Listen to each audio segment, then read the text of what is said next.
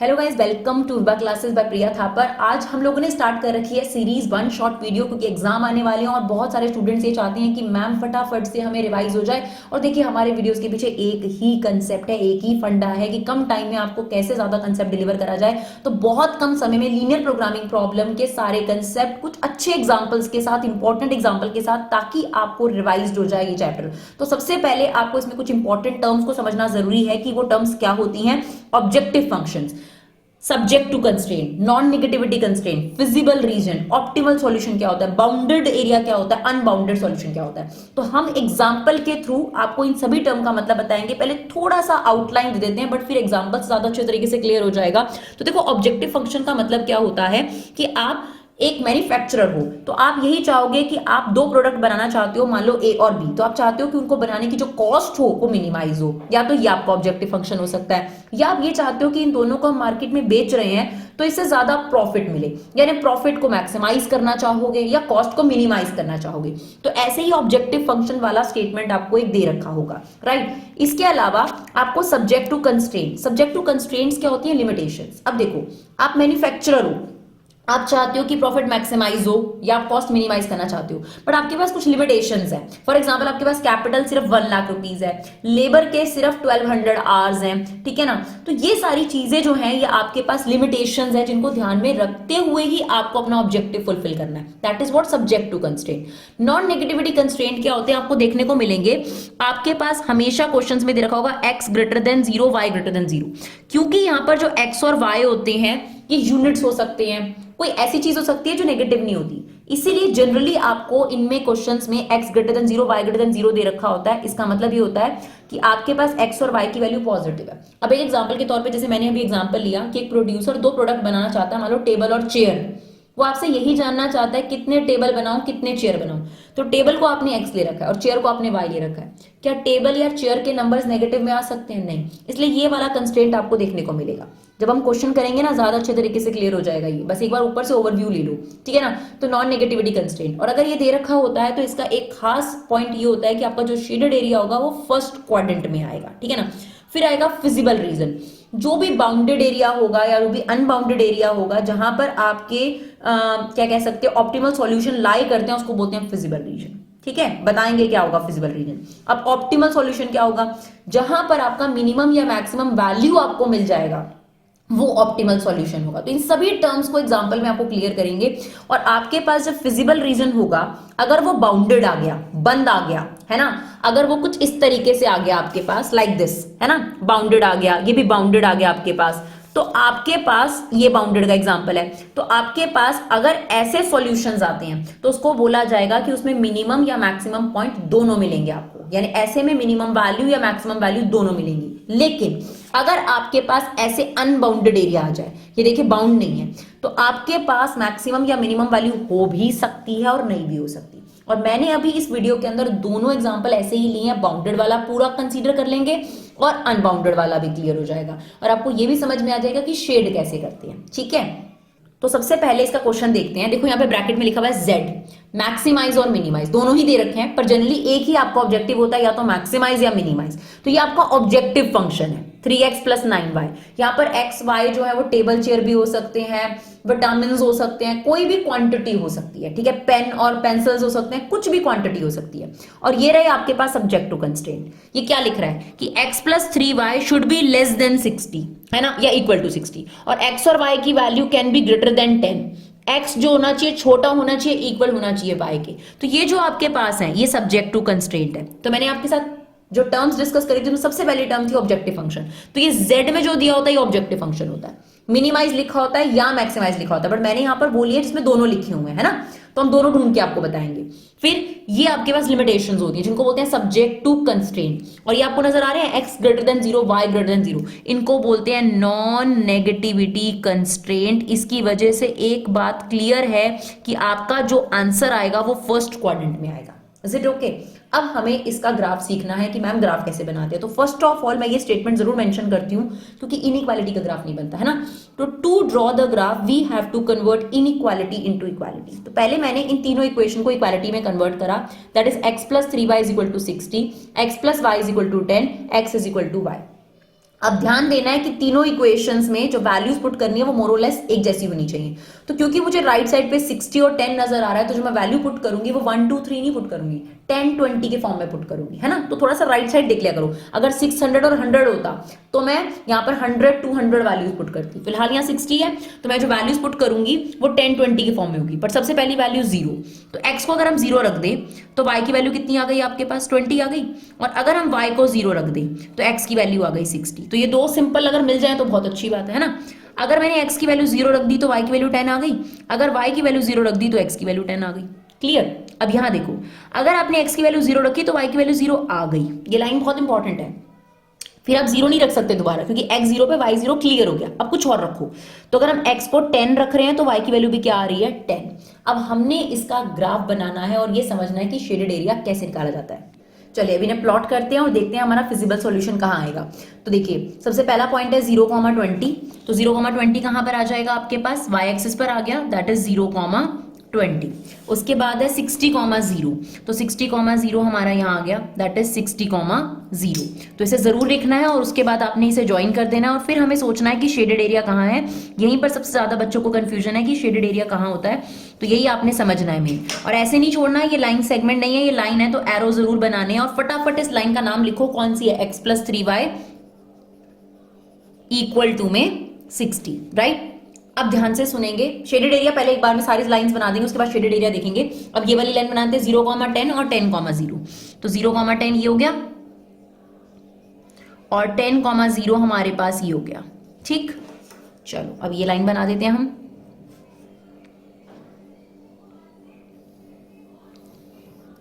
और फटाफट से इस लाइन का नाम लिख दो, that is x plus y equal to में 10, राइट। फिर x is equal to y वाली 0,0 वो तो ओरिजिन ही हो गया, और 10,10 वो ये वाला पॉइंट हो गया आपके पास। ये देखिए यहां से जाती हुई लाइन आ जाएगी आपके पास कुछ इस तरीके से,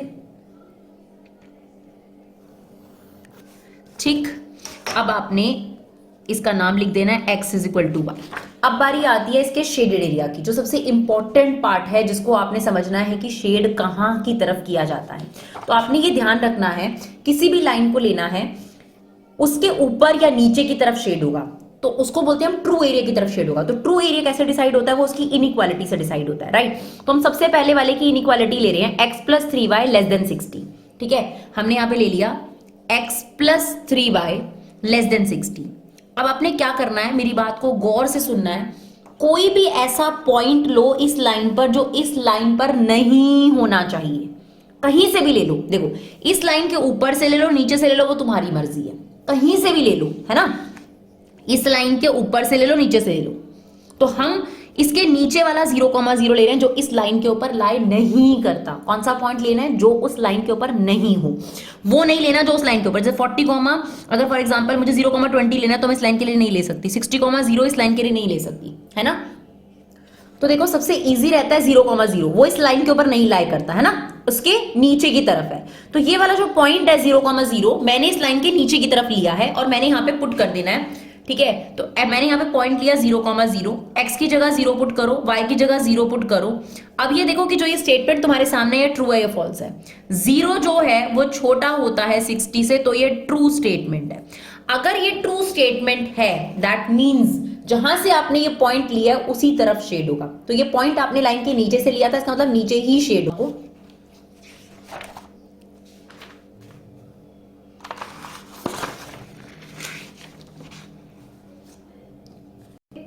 सबसे पहले मैंने आपको ऑब्जेक्टिव फंक्शन बताया था, तो ऑब्जेक्टिव फंक्शन हम पहले ही देख चुके हैं, z जो था वो ऑब्जेक्टिव फंक्शन था, ठीक है ना। सब्जेक्ट टू कंस्ट्रेंट भी मैंने आपको बता दिए, नॉन नेगेटिविटी कंस्ट्रेंट मैंने आपको बताया। नॉन नेगेटिविटी कंस्ट्रेंट में क्या था, x ग्रेटर देन 0 और y ग्रेटर देन 0, राइट। अब हमारे पास फिजिबल रीजन की बारी आ गई। तो फिजिबल रीजन कौन सा है, ये सारा जो है ये बाउंडेड एरिया है, क्योंकि ये कवर हो गया है ना, अनबाउंडेड नहीं है ना, ओपन नहीं है, बाउंडेड है। और यही सारा का सारा आपके पास फिजिबल रीजन है। अब क्योंकि आपके पास ये सारा फिजिबल रीजन है, इसके मतलब इसके अंदर जितने भी पॉइंट्स आते हैं वो सब आपके ऑप्टिमल सॉल्यूशन हो सकते हैं। तो अब हम इन सभी पॉइंट्स को तो चेक नहीं कर सकते z के ऊपर रखकर। z था ना हमारे पास, z मैक्सिमाइज या मिनिमाइज दे रखा था, आपको याद होगा। z मैक्सिमाइज भी गिवन था और क्या गिवन था हमें, मिनिमाइज भी गिवन था, that is 3x plus 9y। अब इट इज नॉट पॉसिबल कि यार इस बॉक्स के अंदर आने वाले सारे पॉइंट्स, इनफाइनाइट पॉइंट्स होंगे, वो सारे के सारे हम इसमें रखकर देखें, नहीं पॉसिबल। इसलिए हम कॉर्नर पॉइंट मेथड का इस्तेमाल करते हैं। तो हम क्या करेंगे, जहां पर ये बाउंडेड लाइन एक दूसरे को टकरा रही हैं, देख रहे हैं, मैं हाईलाइट कर रही हूं, इन पॉइंट्स को निकालेंगे, इसे बोलते हैं कॉर्नर पॉइंट्स। और इन्हीं कॉर्नर पॉइंट्स में से कोई एक पॉइंट मिनिमम होगा, कोई मैक्सिमम होगा। तो जो आपकी मिनिमम या मैक्सिमम वैल्यू आएगी उसे बोलते हैं ऑप्टिमल सॉल्यूशन। ठीक है, जो भी आपका फाइनल आंसर आएगा उसे हम बोलेंगे, जो वैल्यूज आपके पास आएंगे उन्हें बोलेंगे ऑप्टिमल सॉल्यूशन। और we use corner point method because feasible region के अंदर जितने भी पॉइंट्स हैं हम सबको यूज नहीं कर सकते, क्योंकि बहुत सारे पॉइंट्स हैं z को चेक करने के लिए। इसीलिए कन्वीनियंट होने के लिए हम इसमें से क्या लेते हैं, सिर्फ कॉर्नर पॉइंट, जो कि यहाँ 4 कॉर्नर पॉइंट्स हैं। अब ये चारों कॉर्नर पॉइंट्स हमें चाहिए, तो हमारे पास सबसे पहले हमें कॉर्नर पॉइंट्स निकालने पड़ेंगे और फिर ये कॉर्नर पॉइंट हम z के अंदर रखेंगे 3x प्लस 9y, राइट। तो सबसे पहले इनको नाम दे दो a b c d। तो हमारे कॉर्नर पॉइंट्स हमें चाहिए a b c d। तो a क्या है आपके पास, ये रहा पॉइंट, राइट, a पॉइंट ये है, तो पहले ये निकालना पड़ेगा आपको। तो इसको निकालने के लिए आपको क्या करना पड़ेगा, ध्यान से सुनिएगा, जो x is equal to y वाली लाइन है और ये वाली लाइन है, इन दोनों का सब्स्टिट्यूशन या कुछ भी कर कॉमन पॉइंट निकालो, है ना, एलिमिनेशन मेथड या सब्स्टिट्यूशन कर। तो हमारे पास लाइन क्या है, x is equal to y और x plus y is equal to 10। तो इन दोनों को सब्स्टिट्यूशन लगा दो, तो x y की जगह हम x रख देंगे, तो ये हो जाएगा 2x is equal to 10। x की वैल्यू कितनी आ गई, 5। अगर x की वैल्यू 5 है तो y की वैल्यू भी 5 हो गई। तो इसका मतलब ये वाला जो है इसके पॉइंट आ गए 5,5। तो ये हमारे पास आ गया 5,5। अब b पॉइंट हमें निकालना है, तो b पॉइंट कौन सी लाइन से निकलेगा, इस लाइन और इस लाइन के एलिमिनेशन या सब्स्टिट्यूशन से। कौन सी लाइन्स हो गई हमारे पास, x plus 3y is equal to 60 और x is equal to y, इन दोनों का इंटरसेक्शन पॉइंट है आपके पास b, है ना। तो चलो लगा दो, इसमें भी x लिख दो, तो ये हो जाएगा x plus 3x is equal to 60, यानी 4x इज इक्वल टू 60, यानी x की वैल्यू कितनी आ गई आपके पास, 15 आ गई, राइट। तो अगर आपके पास x की वैल्यू 15 आ गई तो y की वैल्यू भी 15 आ गई, तो b हमें मिल गया 15,15। और c वाला तो हमारे पास पहले से ही है 0,20, और ये भी हमारे पास है 0,10। तो हमारे पास चारों कॉर्नर पॉइंट्स मिल गए हैं। अब इन चारों कॉर्नर पॉइंट्स को हम इसमें रख देंगे, यानी x की जगह 5 और y की जगह 5 रख देंगे, तो हमारे पास इसका आंसर आ रहा है 60। अब x की जगह 15 3 और y की जगह 15 रख देंगे, तो हमारे पास इसका आंसर आ रहा है 180। x की जगह 0 रख देंगे, y की जगह 20 रख देंगे, तो ये आ रहा है हमारे पास 180। फिर x की जगह 0 रख देंगे, y की जगह ये आ गया हमारे पास 90, राइट। अब आपने देखना है कि इनमें से सबसे ज्यादा मैक्सिमम वैल्यू कौन सी है। तो ये दो मैक्सिमम वैल्यूज हैं, ये दो मैक्सिमम वैल्यू हैं, और ये दो आपके मैक्सिमम पॉइंट हो सकते हैं, राइट। और सबसे छोटी वैल्यू कौन सी है, ये, तो ये है आपका मिनिमम वैल्यू, और किस पर है, मिनिमम पॉइंट आपके पास है 5,5। तो ये मिनिमम पॉइंट हो गया। मैक्सिमम पॉइंट यहाँ पर 2 हो गए, 15,15 भी हो गया और 0,20 भी हो गया। तो ये जो हमारे पास आया है ना, ये हमारा ऑप्टिमल सॉल्यूशन है। और ये क्या था हमारे पास, फिजिबल सॉल्यूशन। और कैसा है ये ग्राफ, बाउंडेड का है। अब हम देखेंगे अनबाउंडेड का एक ग्राफ, और बहुत इंपॉर्टेंट बात, राइट। चलिए, अब हमने एक क्वेश्चन लिया है अनबाउंडेड वाला, ठीक है ना, उसमें क्योंकि बहुत इंपॉर्टेंट कंसेप्ट है वो भी देखेंगे। बाउंडेड आपको समझा दिया, अनबाउंडेड देखते हैं, ठीक है ना। डिटरमाइन मिनिमम वैल्यू, तो ये आपका कौन हो गया, ऑब्जेक्टिव फंक्शन। अब ये चाहता है कि मिनिमम वैल्यू ही चाहिए इसको, जैसे पिछले क्वेश्चन में मैक्सिमम मिनिमम दोनों चाहिए थी, इसमें सिर्फ उसको मिनिमम चाहिए। सब्जेक्ट टू कंस्ट्रेंट, मतलब लिमिटेशन दे रखी है, और ये क्या है आपका नॉन नेगेटिविटी कंस्ट्रेंट, जो ये श्योर करता है कि आपका जो x और y की वैल्यू होनी चाहिए वो पॉजिटिव होनी चाहिए, है ना।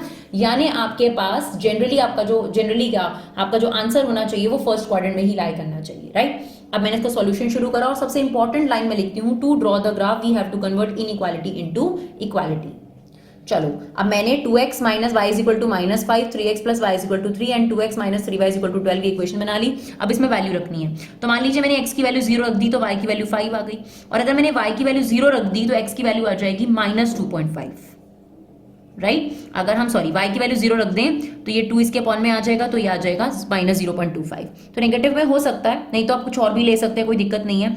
फॉर एग्जाम्पल अगर हम ले लें y को 5 ले लें, y को अगर हम 5 ले लें तो और अच्छा हो जाएगा, है ना। y को 5 ले लीजिए, अब ये -5 वहां जाके प्लस हो जाएगा तो ये 0 हो जाएगा, नहीं पर ये पॉइंट तो सेम ही आ जाएगा आपके पास, तो वही ठीक रहेगा, यहाँ पे 0 ले लेते हैं और ये -2.5।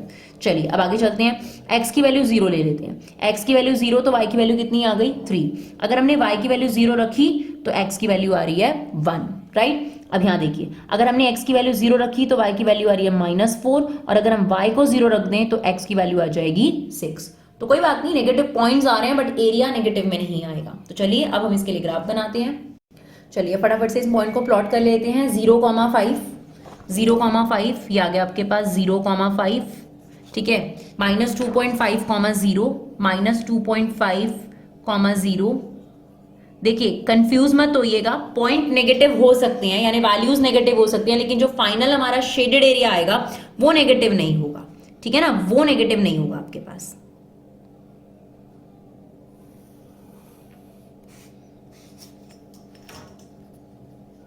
अब फटाफट से इस लाइन का नाम लिख दो, ये है 2x - y = -5, राइट। दूसरी लाइन है 0,3 और क्या है हमारे पास 1,0 1,0।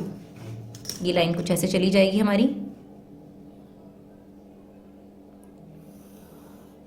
और फटाफट से इस लाइन के ऊपर इसका नाम लिख दो, that is 3x + y = 3, right. अब हमारी है 0,-4, तो 0,-4 ये हो गया हमारे पास 0,-4 और 6,0, राइट।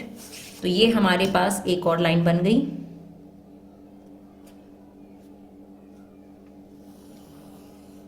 अब इस लाइन का नाम लिख दीजिए, दैट इज 2x - 3y = 12। अब हमें शेड करना है, किस साइड शेड जाएगा उसके लिए हमें किसका इस्तेमाल करना पड़ेगा, इनइक्वालिटीज का।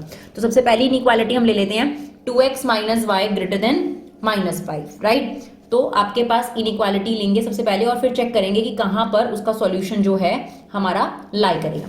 तो पहली इनइक्वालिटी है 2x - y > -5। अब देखो ये वाली लाइन थी, ये वाली है ना, कोई भी पॉइंट लो जो इस लाइन पर लाई नहीं करता, कोई भी पॉइंट लो जो इस लाइन पे लाई नहीं करता। ये वाली लाइन है आपके पास, सबसे पहले कोई भी पॉइंट लेना है जो इस लाइन पे लाई नहीं करता।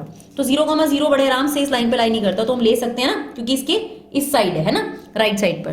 तो हमने x की वैल्यू 0 रखी, y की वैल्यू 0 रखी, ये आ गया -5।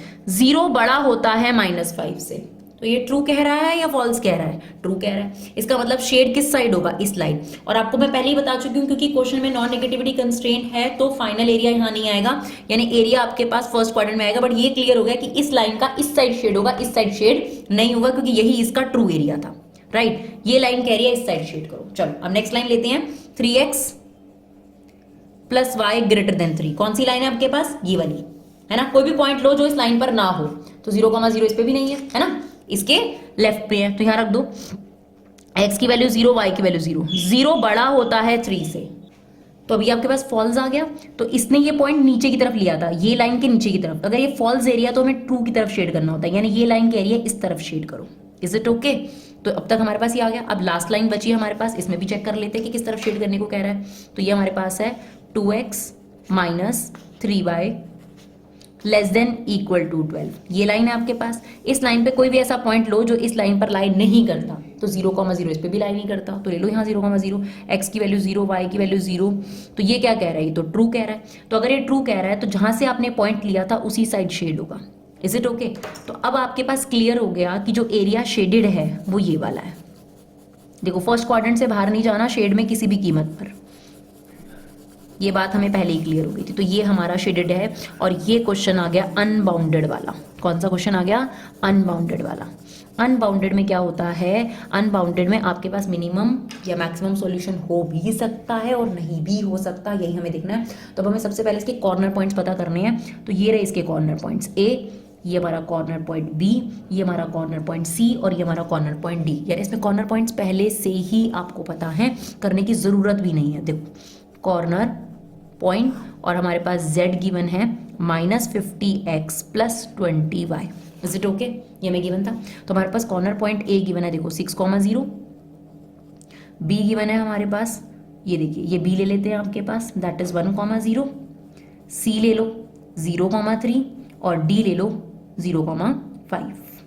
तो ये 4 पॉइंट्स हमारे पास। अब हम इसमें इसकी वैल्यूज रख देते हैं। तो अगर हम 6,0 रखेंगे तो ये आ जाता है -300, ये आ जाएगा -50, 3 रखेंगे तो ये आ गया 60, 5 रखेंगे तो ये आ गया 100, राइट।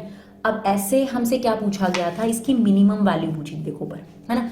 देखने में लग रहा है कि इसकी मिनिमम वैल्यू ये आ गई मिनिमम वैल्यू, लेकिन ध्यान से सुनना है मेरी बात को।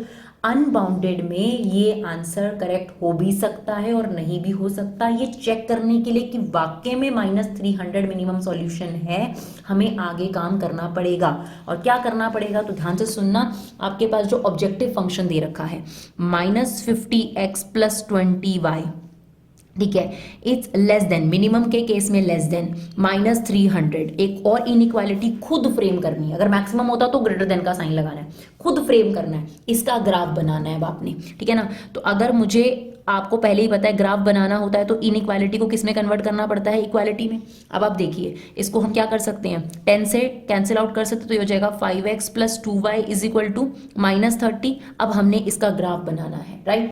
आपको मेरी बात समझ आई। अगर अनबाउंडेड आएगा और अनबाउंडेड में आपने कॉर्नर पॉइंट से सॉल्यूशन भी निकाल लिया, आपको लगेगा मेरा आंसर यहाँ खत्म हो गया, बट ये करेक्ट नहीं है। आपको आगे जाना पड़ेगा, क्योंकि अनबाउंडेड में मिनिमम वैल्यू हो भी सकती है, नहीं भी हो सकती है। तो आपको क्या करना पड़ेगा, आपके पास जो ऑब्जेक्टिव फंक्शन गिवन है, ये आपके पास ऑब्जेक्टिव फंक्शन गिवन था, और जो मिनिमम वैल्यू है -300, जो अभी आपको दिख रही है -300, उसके साथ आपको एक इक्वेशन फ्रेम करनी है और उसका ग्राफ बनाना है। तो मैंने उसके 2 पॉइंट्स निकाल लिए, देखो 10, 10 और 6,0। अब मुझे 10, 10 और 6,0 से एक लाइन बनानी है, तो ये आ गई 6,0 और 10, 10, ठीक है ना। थोड़ा सा बड़ा लेना पड़ेगा हमें, 10, 10,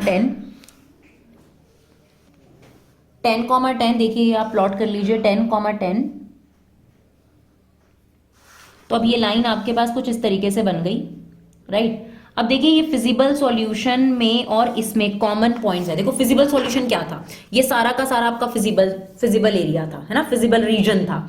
अब आपका क्या हुआ, जो ये वाली लाइन जा रही है, अगर इस लाइन के फिजिबल के साथ कॉमन पॉइंट्स आ जाते हैं, जो कि बहुत सारे आ गए, देखो सारे कॉमन पॉइंट्स आ गए, तो इसका मतलब ये है कि आपकी ये मिनिमम वैल्यू नहीं है, यानी ये कैंसिल हो गया, मिनिमम वैल्यू नहीं हो सकती।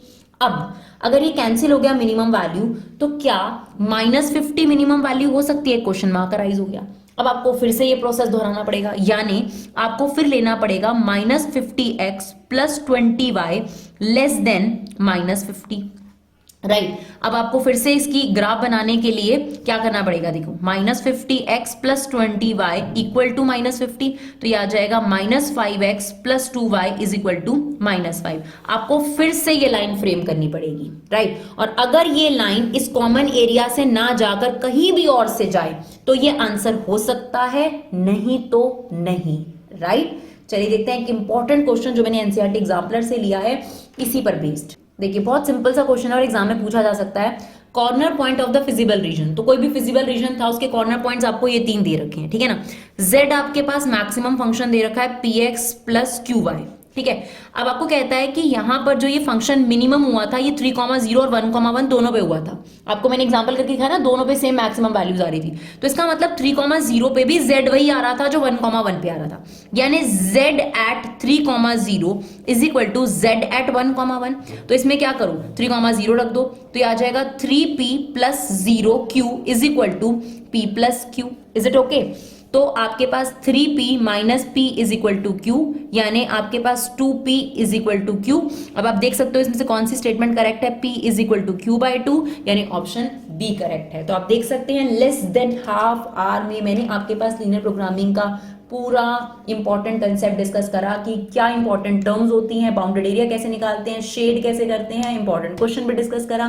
तो आई होप हमारी वीडियोस आपको यूजफुल लगे और हमारा जो पर्पस है कम टाइम में कंसेप्ट ज्यादा, वो आपको लगे कि हम भरपूर पूरा करते हैं। तो आप हमें सपोर्ट जरूर करें। Thank you so much guys for love and support, keep supporting our classes.